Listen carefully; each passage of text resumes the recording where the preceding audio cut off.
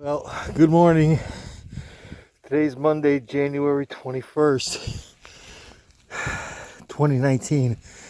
And this, once again, is I just shoveled probably another 3 inches out of the driveway.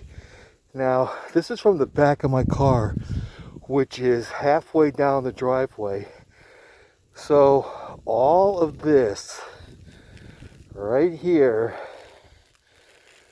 all the way back to the shed, and maybe about a foot outside of the shed is the back half of my driveway.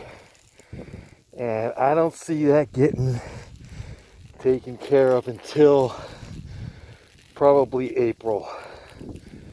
It's just way too much.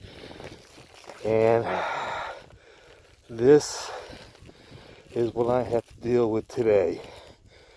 Drift all the way down to the road, plus where the snowplow has thrown snow in my driveway again. So, a little at a time, I can get it done.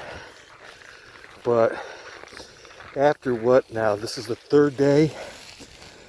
I've just about had enough. Okay. I'll talk to you later from snowy upstate New York, Lyons, New York. And I heard a lot of family members down in Connecticut got hit with the ice storm.